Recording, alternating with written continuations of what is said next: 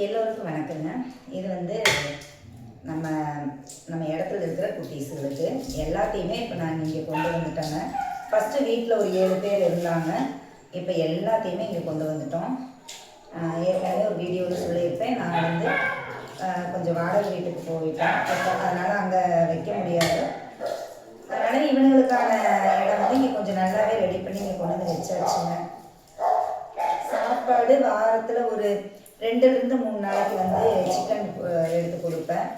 கண்டிப்பாக ஞாயிற்றுக்கிழமை அன்னைக்கு சிக்கன் எடுத்துடுவேன். அப்புறம் மற்ற நாள்லாம் பார்த்தீங்கன்னா காலையிலையும் சாயந்தரம் முட்டையே கொடுத்துக்கிறாங்க. அது டாக்டர்கிட்டே கேட்டால் ரொம்ப நல்லதுன்னாங்க.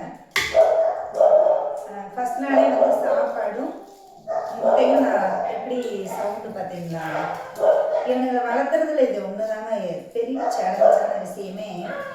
அவனுங்க அவனோட இது அப்படிதான். ஆனால் நமக்கு பிடிக்குது அப்படிங்கிறவங்களுக்கே இந்த சத்தம் வந்து கொஞ்சம் இரிட்டேட் ஆகும். பிடிக்காதவங்களுக்கு நினச்சி பாருங்களேன், அதுதான் எல்லாருமே வெறுக்கிறதுக்கு காரணம். என்ன சொல்கிறது, நிறையா பேர் சத்தம் போடுது அப்படிங்கிறது தான் வளர்த்த முடியறதில்ல. நம்ம அப்படி என்ன சொல்கிறது, நம்மக்கிட்ட வந்து சேர்ந்தவங்களோட இதுவே பார்த்தீங்கன்னா எல்லாமே பெண் குட்டிகள் தூக்கி வீதியில் வீசினது. அடாப்ஷனுக்கு போடலாம் அப்படிங்கிறாங்க. யாருங்க எடுக்கிறா அடாப்ஷனுக்கு? யோசனை பண்ணி பாருங்க. கண்டிப்பாக இந்த ஜீவன்களோட ரொம்ப வருஷம் ட்ராவல் பண்ணுறவங்களா இருந்தீங்கன்னா உங்களுக்கு அந்த அனுபவம் இருக்கும். பெண் குட்டிகளை யாராவது எடுக்கிறாங்களா சொல்லுங்கள். சும்மா ஒரு பேச்சுக்கு வேணால் சொல்லலாம் அடாப்ஷன் வந்து கொடுங்க அப்படின்ட்டு. நிச்சயமாக பெண் குட்டிகளை எடுக்கிற அளவுக்கு இதை விரும்புகிறவங்களே இல்லைங்க. பார்க்க போனால் இதை விரும்புகிறவங்களே ஆண் குட்டியில் கேட்குறாங்கங்க. அப்போ எப்படி இவங்களுக்கான லைஃப் சொல்லுங்கள். யாருனாலுமே வந்து ஒரு எல்லாத்துக்குமே ஒரு லிமிட் இருக்குது. அது போல தான் எனக்கும். இப்போ எனக்கு பார்த்தீங்கன்னா இந்த 40 பேரே ஜாஸ்திங்க. நிச்சயமாக என்ன சொல்கிறது, வேலை செய்கிறது அப்படிங்கிறத விட ஒரு பயம் வருது. இப்போ எனக்கு ஒரு வயசு இருக்குது, நான் செஞ்சிருவேன். எனக்கு ஒரு 5 வருஷம் 10 வருஷம் ஆகிறப்ப என்னால் இத்தனை வேலை செய்ய முடியுமா அப்படின்னு பார்த்தா அது ஒரு கேள்விக்குறியாயிரும். அதனால தான் பெருசாக நான் வந்து இதை எல்லாம் எடுத்து பார்க்கறது அப்படிங்கிறது கஷ்டம் அப்படின்னு விட்டுட்டேன்.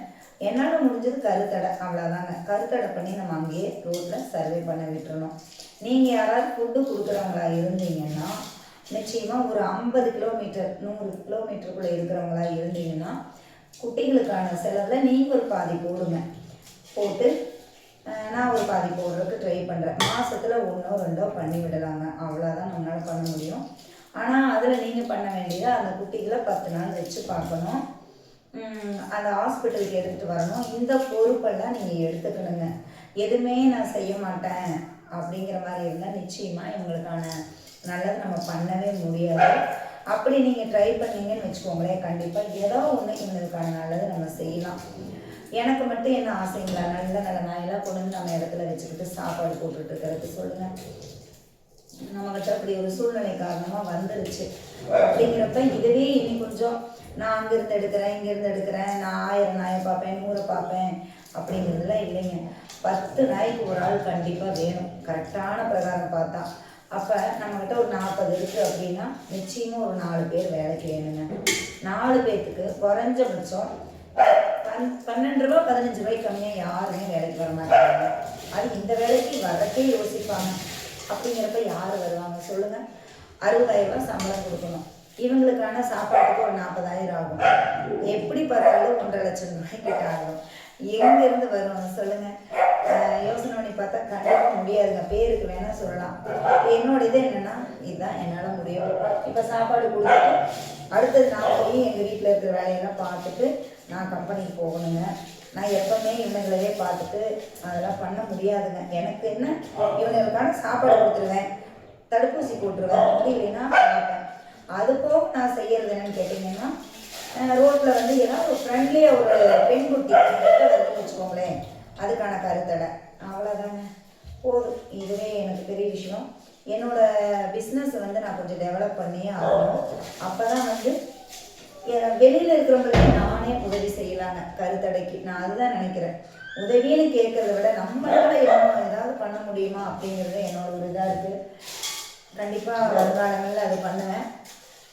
இப்போவுமே நான் பண்ணிட்டு தான் இருக்கேன். நான் வீடியோ தான் கொடுக்கறது இல்லைங்க. ஏன்னா நான் ஒருத்தர் ஒருத்தவங்களுக்கு ஹெல்ப் பண்ணுறேன்னு வீடியோ போடுறேன்னு வச்சுக்கோங்களேன், அடுத்து நிறைய கால் பண்ணுறீங்க, என்னால் கண்டிப்பாக எல்லாத்துக்கும் பண்ண முடியாது. இப்போ வெளியே சொல்லாத அளவுக்கு தான் நான் பண்ணிகிட்ருக்கேன். அது பண்ணுற எனக்கும் ஹெல்ப் வாங்குற அவங்களுக்கும் தெரிஞ்சால் மனசாட்சிக்கு போதும்.